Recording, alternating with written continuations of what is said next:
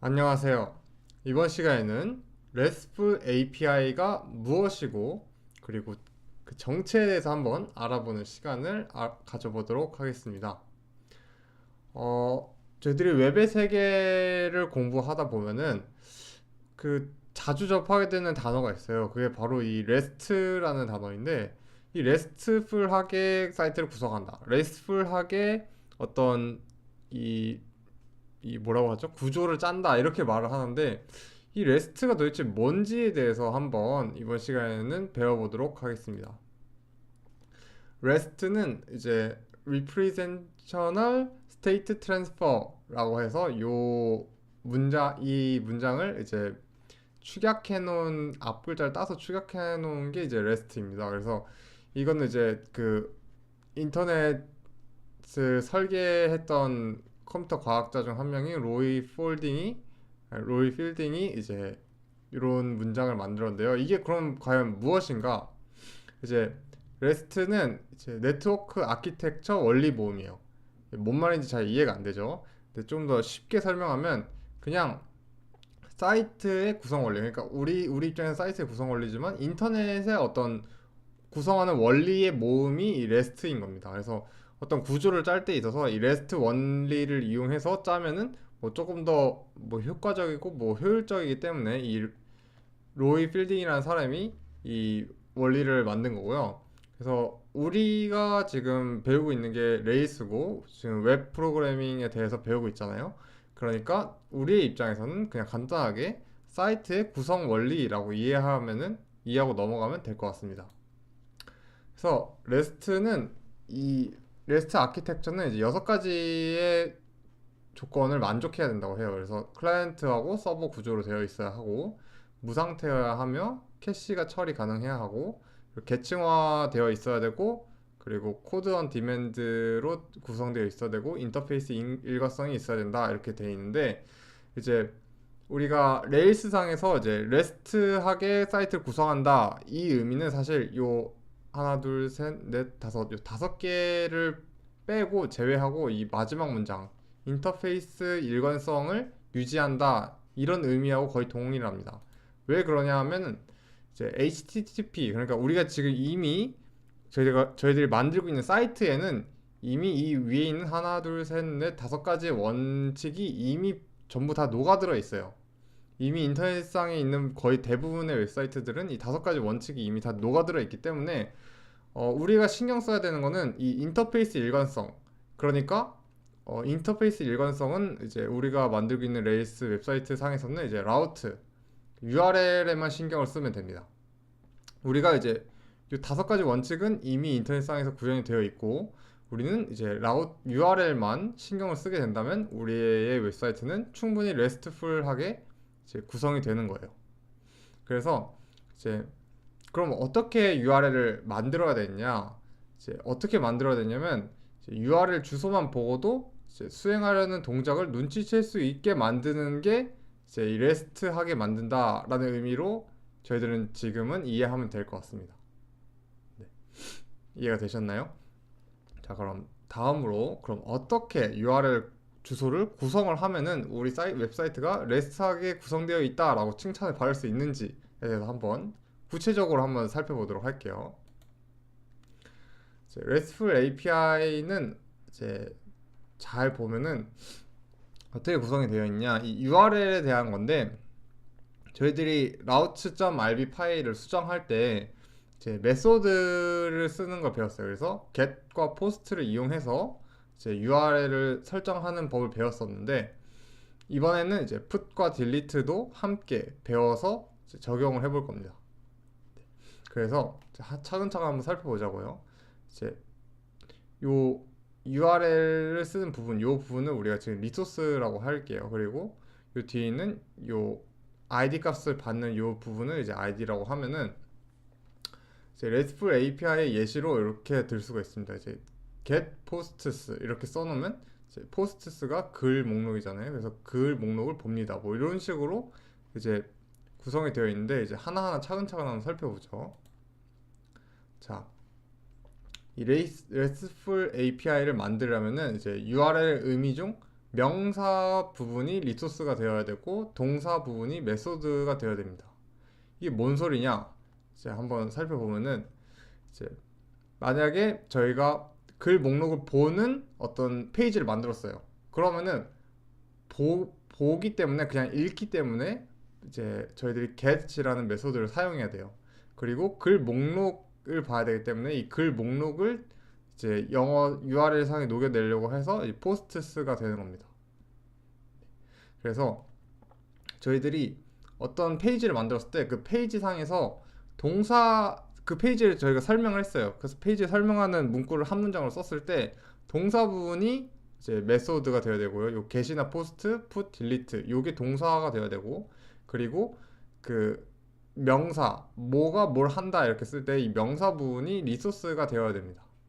그래야지 저희들이 RESTful하게 페이지를 구성했다라고 이제 정의를 내릴 수 있는 거죠. 저희 웹사이트가.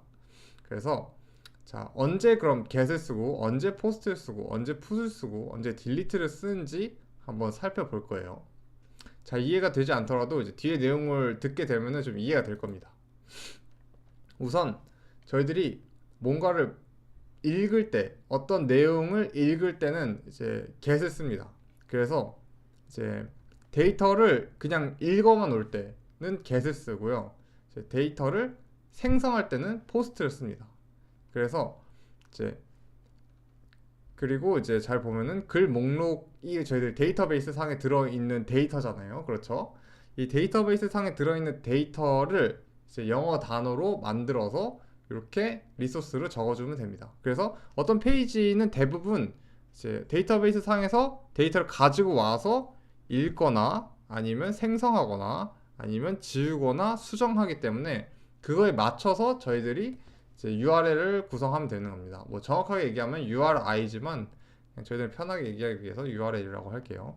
그래서 이런 식으로 글 목록을 본다라고 하면은 저희들이 get posts 이렇게 써가지고 URL 상으로는 posts 하나밖에 없지만 메소드로 get을 갖기 때문에 만약에 어떤 사람이 저희 웹사이트 상에서 뭐 어떤 작업을 하려고 하면은 그냥 이 메소드하고 이 URL만 보고 나서도 이 웹페이지가 뭐 하는 웹페이지인지 눈치를 챌 수 있게 해주는 거죠. 이게 이 RESTful API 장점입니다. 그래서 이걸 왜 써야 되냐면 어, 이걸 이제 이런 식으로 구성을 하게 되면 웹사이트가 상당히 간결하게 구성할 수 있어요. 되게 일관성 있게 구성할 수 있습니다. 그래서 이 원칙을 지켜서 만드는 웹사이트들이 상당히 많아요. 그리고 또 다른 외부 사람들이 이 웹사이트에 있는 데이터를 뭐 가져갈 수 있게 저희들이 API를 뚫어줄 때가 있어요. 뭐 예를 들어서 뭐 저희들 웹사이트에 뭐 음악 정보에 대한 데이터베이스가 있어요. 그러면은 그거에 대해서 이제 다른 사람들 가져갈 수 있게 이제 라우트를 파줘요. URL을 파줄 때 이 RESTful하게 파주는 게 기본적인 약간 뭐라고 해야 되죠? 암묵적인 약속이라고 해야 되나? 약간 그런 게 있습니다. 그래서 약간 잠깐 딴기로 했는데 다시 좀 정리해서 말씀드리면 읽을 때는 저희들이 이제 get을 쓰고 생성할 때는 post를 쓴다. 그리고 이 뒤에 있는 이 리소스 부분은 사실은 이제 데이터베이스 상에 들어가 있는 정보에 대한 내용을 보통 담고 있다. 이렇게 기억을 하시면 좋을 것 같아요. 이제 put과 delete를 한번 살펴보죠. put과 delete는 사실 이전 강의에서 배워본 적이 없을 수도 있어요. 그래서 한번 살펴보면은 put은 이제 수정할 때 씁니다. 사실 패치도 쓰는데 put과 패치는 조금 의미가 다르다고 해요. 그래서 굳이 구분을 안 하고 써도 될 것 같긴 한데 지금 현재 저희들 배우는 입장에서는 그래서 어쨌든 수정을 할 때는 푸시나 패치를 쓴다. 그리고 이 글은 여기 다시 포스트스라고 하고요. 그리고 이 글을 수정할 때는 저희들이 어떤 글을 수정하는지 명시를 해야 되잖아요. 그래서 이제 이 뒤에 id가 붙습니다. 마찬가지로 글을 삭제할 때도 뒤에 id 값이 붙고요. 그리고 메소드로 delete를 쓰면 됩니다.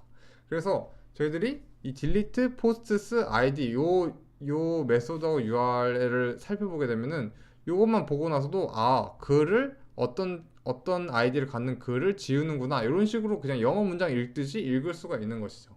이게 이 RESTful API의 장점입니다.